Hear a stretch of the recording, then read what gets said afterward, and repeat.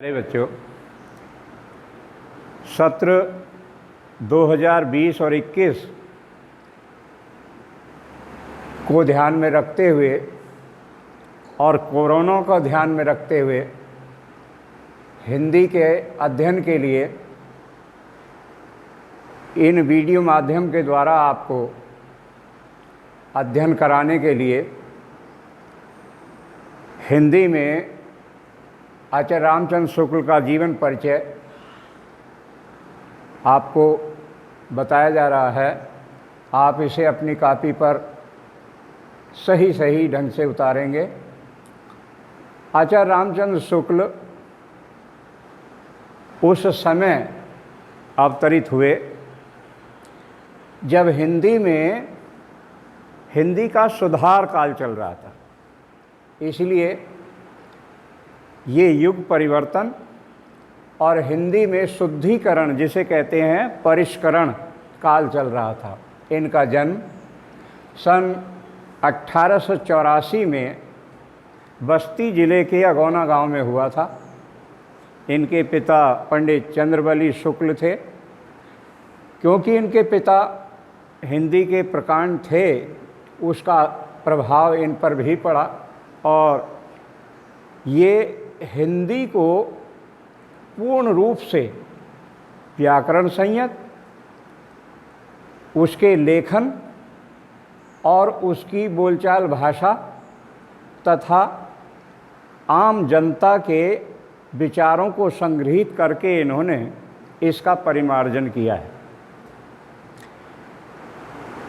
इन्होंने मुख्य रूप से निबंध की रचना की है और इन्होंने निबंध को इतने बढ़िया ढंग से समझाया है, क्योंकि निबंध नि प्लस बंध से मिलकर बना है।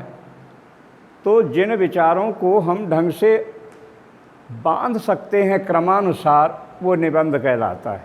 ये निबंध विधा इस काल की बहुत प्रसिद्ध है। अब कविता को छोड़ करके गद्य का प्रचलन है। इसीलिए निबंध जो इनके चिंतामणि के नाम से प्रसिद्ध हैं, उसी में इन्होंने अपने निबंधों का संग्रह किया है। इन्होंने आलोचना का अर्थ है ऐसी बुराई करना कि उसका समाधान भी निहित हो। सूरदास और रसमीमांसा पर इन्होंने अपनी टीका टिप्पणी लिखी है, जो आलोचना के अंतर्गत है। संपादन के माध्यम से इन्होंने बहुत सारी पत्र पत्रिकाओं का संपादन किया है। जायसी ग्रंथावली के नाम से, भ्रमर गीत सार के माध्यम से, हिंदी शब्द सागर, काशी नागरी प्रचारणी महासभा और आनंद कादम्बनी पत्रिकाओं का इन्होंने संपादन किया है। प्रत्येक पत्रिकाओं में इन्होंने अपने समकालीन लेखकों के गद्यों को, कहानियों को छाप करके हिंदी का संवर्धन किया है। शुक्ल को अधिक क्रियाशील होने के कारण ही इनका नाम शुक्ल युग के नाम से भी जाना जाता है। ये सन 1941 ईस्वी में हमारे हिंदी साहित्य से सदा के लिए विदा हो गए। इन्होंने हिंदी के परिवर्धन में जो कार्य किए वो सदैव अमर रहेंगे। प्यारे बच्चों, हिंदी के पढ़ाने के और पढ़ने के लिए आज की तकनीक का सहारा लेते हुए आप सबको इसके साथ साथ चलना है और अपनी पुस्तक खोलें। उसमें पाठ 1 जिसका नाम है मित्रता, उसके तीसरे गद्यांश को देखें, जिसमें से आप उसे पढ़ कर के उन प्रश्नों के उत्तर लिखें। पहला प्रश्न संदर्भ का है, यानी पाठ का नाम। तो इस गद्यांश के पाठ का नाम है मित्रता। इसका दूसरा ख यानी पाठ के लेखक हैं आचार्य रामचंद्र शुक्ल। अब प्रश्न 2 आता है, रेखांकित अंश की व्याख्या। इस पाठ को पढ़ने के बाद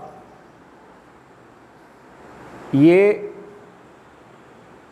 मुख्य रूप से सार तत्व आपकी समझ में आएगा कि आचार्य रामचंद्र शुक्ल ने इस मित्रता पाठ के अंदर कुसंग के प्रभाव को बड़ी अच्छी तरह से समझाया है। मित्रता के बहुत सारे रूप होते हैं।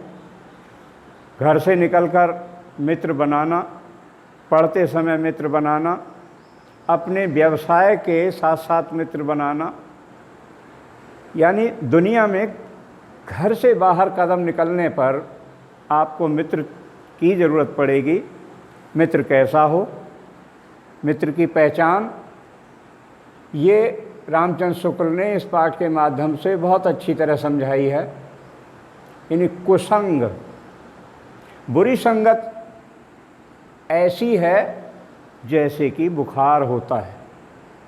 जिस तरह से बुखार में हम डॉक्टर के पास जाते हैं और इलाज करवाते हैं, उसी प्रकार कुसंगता का भी प्रभाव ऐसा ही है कि हम पूरे जीवन अपने को व्यर्थ का अर्थात विनाश की ओर ले जाते हैं।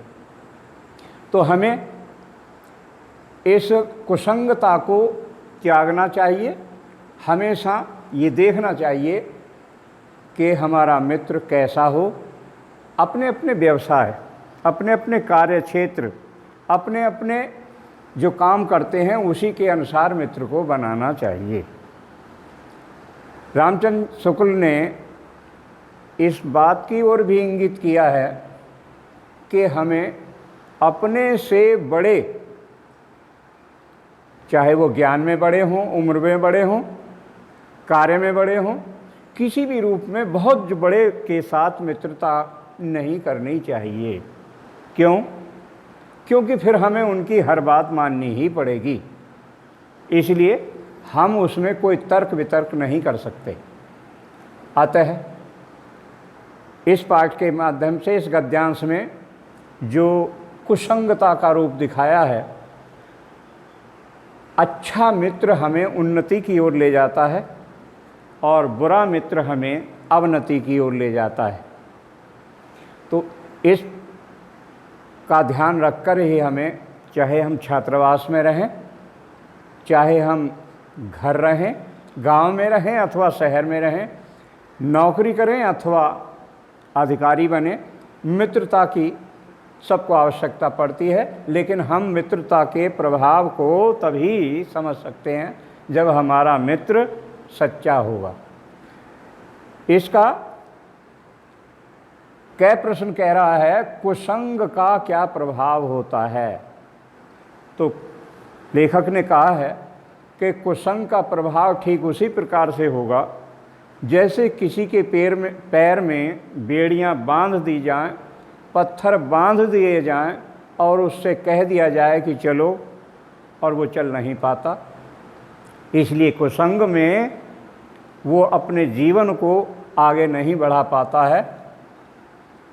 ख प्रश्न में कुसंग और संगति में जो अंतर पूछा है, तो कुसंग हमेशा व्यक्ति को पतन की ओर ले जाता है और जो अच्छी संगति होती है वो हमेशा उन्नति की ओर ले जाती है। यही इस गद्यांश में अंतर स्पष्ट किया है। आपको इस गद्यांश के प्रश्नों को अच्छी तरह से लिखना है, साफ स्वच्छ लिखना है और विद्यालय खुलने पर इसका कॉपी को जांचा जाएगा। धन्यवाद।